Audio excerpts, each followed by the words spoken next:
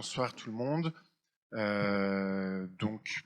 Premièrement, voilà, donc merci beaucoup Hélène d'avoir accepté notre invitation. Premièrement, voilà, pourquoi le C40, premièrement, est-ce que tu peux en dire deux mots en plus et surtout comment, voilà, quels sont les objectifs du C40? Oui, donc moi je travaille pour une ONG qui est peut-être la plus grande ONG aujourd'hui qui aide les villes à accélérer leur action climatique. Donc on travaille surtout avec les grandes capitales à travers tous les continents à accélérer leur action climatique. Et donc l'entrée en fait sur ce sujet-là, pour nous, on a entendu beaucoup la question sociale qui est évidente et je pense que tous vos exemples étaient très clairs. Mais nous, notre entrée, ça a été quel est l'impact en fait de la vacance sur le changement climatique et notamment les émissions. Et donc en fait, on a beaucoup travaillé sur le sujet et notamment on sait, si j'essaye rapidement d'expliquer, on sait l'impact de la construction sur les émissions. C'est aujourd'hui qu'on construit l'équivalent d'une ville comme New York chaque mois dans le monde, ce qui est absolument énorme. On sait que dans les émissions du bâtiment, il y a deux catégories d'émissions. Il y a les émissions de l'usage du bâtiment, il y a les émissions de la construction elle-même, dont on prend de plus en plus conscience en ce moment. Et on sait que celle-là, on peut la compresser avec des meilleures manières de construire, mais on ne peut absolument pas la faire disparaître. Même le bâtiment le plus vertueux, il consommera des émissions. Donc en fait, on a travaillé, donc ça c'est une première chose, et la deuxième chose, on sait aussi que les émissions fait finalement le manque de compacité des villes, et donc la vacance participe à ce manque de compacité des villes de manière extrêmement importante. Elle est aussi accélère l'étalement urbain qui, on estime, peut compter à peu près 20% des émissions. On sait qu'aujourd'hui, dans les zones urbaines, la population, finalement, les villes s'étendent à peu près 50% plus que l'augmentation des populations. On estime que si on ne fait rien dans le monde, on va se retrouver avec des aires urbaines qui sont 3 fois plus grandes en 2050 qu'aujourd'hui. Donc, consommation des terres, consommation, etc. Donc, si on ajoute tous ces éléments, on voit finalement l'impact extrêmement grave. Et donc, on a travaillé sur quels étaient les objectifs. Et finalement, le premier objectif, c'est faire le meilleur, optimiser l'usage des bâtiments existants. Ça ne veut pas dire qu'il faut plus construire, mais ça veut dire qu'un vrai travail sur cette optimisation des bâtiments existants, notamment dans la partie nord de l'hémisphère, où finalement, quand on regarde un peu la pression démographique, elle n'est pas tout à fait la même qu'en Inde ou en Afrique subsaharienne. Et donc, voilà. Donc nous, ça a été un peu notre point d'entrée sur ce sujet-là. Alors justement, il y a cet enjeu de, une fois qu'on a vu qu'il fallait mobiliser ce parc vacant, et donc comment inciter les propriétaires à le faire. Donc c'est la question qu'on s'est posée au sein de la coalition anti-gaspillage immobilier. Premièrement, on s'est dit, il y a une bataille culturelle à mener et à gagner, c'est-à-dire que le gaspillage devienne une aberration et de montrer que finalement les bâtiments qui étaient exclus du marché immobilier parce que vide, parce qu'à un moment on ne peut pas, les propriétaires ne peuvent pas en tirer un revenu économique, au moins qu'on leur confère une utilité sociale. Et donc là, il s'agit de bonne volonté du propriétaire, ça c'est le premier niveau. Et donc là, c'est une bataille culturelle à mener et que justement avec des plaidoyers comme le vôtre, je pense que ça fait avancer les choses. Deuxième niveau, ensuite, c'est toujours pareil en politique publique. Et on parle d'une loi, donc on parle de mener des politiques publiques. C'est est-ce qu'on utilise la carotte et ou le bâton pour faire bouger les propriétaires. Donc alors nous, avec la coalition anti-gaspillage immobilier, on a réfléchi un peu aux deux.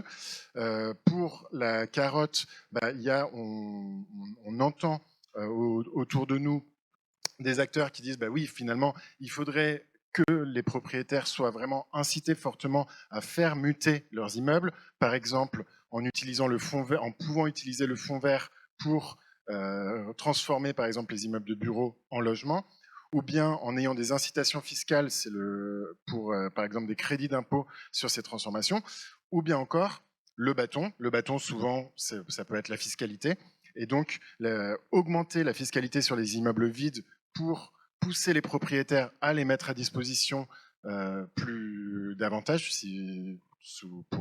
donc voilà. Ça, c'est pas nous qui le disons, c'est le rapport d'André Hichet, par exemple. Alors, est-ce que là-dessus, sur cette fiscalité, est-ce qu'on a des retours des métropoles du C40 en la matière? Oui, oui, donc ça commence à bouger. Beaucoup de choses, un petit peu, juste avant de répondre à cette question-là, sur ce que tu as dit avant, beaucoup de villes, on voit notamment les villes nord-américaines avancer sur l'incitation de la transformation des bureaux en logement et de l'aide finalement à la rénovation pour lutter contre la vacance. Pourquoi les villes nord-américaines? Parce qu'elles sont en panique complet face à finalement le fait que leurs downtown sont en train de se vider.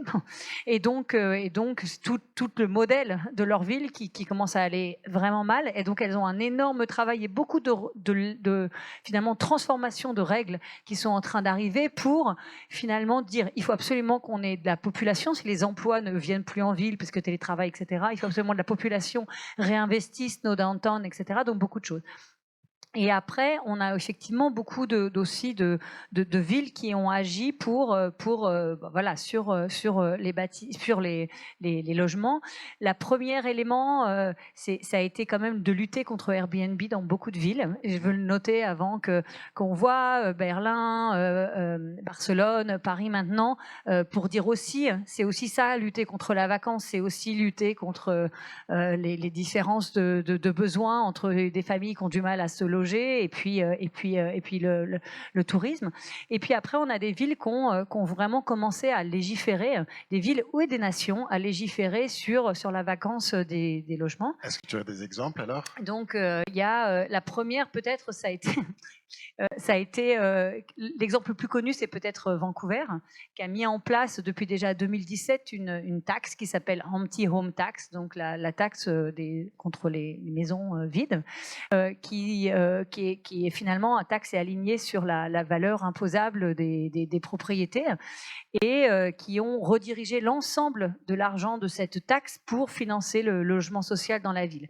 Et ça a été finalement tellement un succès dans leurs premières années. Ils ont réussi à réintroduire à peu près, ils estiment, entre 20 et 25% des bâtiments vacants dans le marché locatif immobilier et lever l'équivalent de 41 millions d'euros. Enfin, c'est 61 millions canadiens hein, qu'ils ont réinvesti. Ça a été tellement un succès qu'en fait, en 2021, le maire l'a triplé et en 2023, il l'a multiplié par 5 par rapport au premier. Donc ça a été un outil qui au début a été extrêmement contesté dans la ville, a été assez difficile à faire passer et qui aujourd'hui est devenu, on a vu Toronto faire la même chose. Et puis... En Europe alors? Et donc en Europe, pardon, donc, en Europe, on a vu des choses, alors plutôt à l'échelle à la fois nationale et ville. Donc à l'échelle nationale, l'exemple qui est peut-être le plus connu, c'est le Danemark, puisque ce n'est pas légal au Danemark, dans les zones tendues, finalement, de garder un bien vide. Et donc, ils ont mis une règle qu'ils ont mis en place qui dit que après 6 semaines, donc quand un bien que vous louez ou que vous habitez devient vacant parce que vous déménagez ou parce que votre locataire est parti, vous êtes obligé de le déclarer à la ville dans laquelle qui fait partie de cette zone tendue au bout de 6 semaines.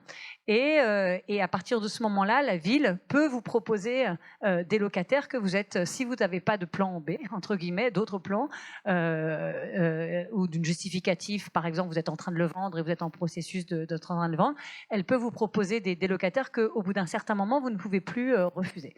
Donc ça a été mis en place pas dans l'ensemble du pays, mais dans les zones les plus tendues du pays, en particulier à Copenhague. On a vu Amsterdam faire un petit peu la même chose avec des amendes. Des amendes mises en place si vous ne déclariez pas la vacance de vos bâtiments. Alors on discutait un petit peu avec les gens de Copenhague en leur disant, avec d'autres villes, en leur demandant mais comment vous arrivez s'ils ne déclarent pas à connaître, à savoir, etc. Donc le retour a été bon.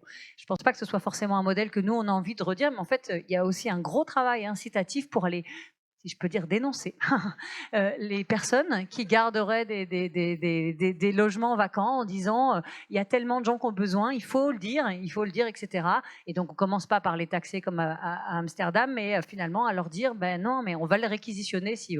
Donc ça marche comme ça au Danemark. C'est pas forcément comme ça qu'on a envie que ça marche en France. Ceci étant dit, c'est quand même assez important et impressionnant quand on voit le peu de vacances de logement à Copenhague et quand on voit la situation, notamment en métropole parisienne.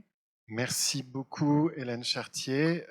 Effectivement, enfin, voilà, je pense que c'était important de voir qu'on n'est pas les seuls en France à faire face à ces problèmes et que dans d'autres pays, il y a des solutions qui sont proposées. Je pense que c'est une grande source d'inspiration, donc merci beaucoup. On sait que du côté de la coalition, voilà, bataille culturelle, carotte, bâton, il faut qu'on explore toutes les pistes. Il en existe sûrement d'autres et on est dans cette concertation et un peu dans ce tour d'horizon. Donc merci beaucoup. Et donc on va passer la parole au groupe suivant. Merci à tous les deux.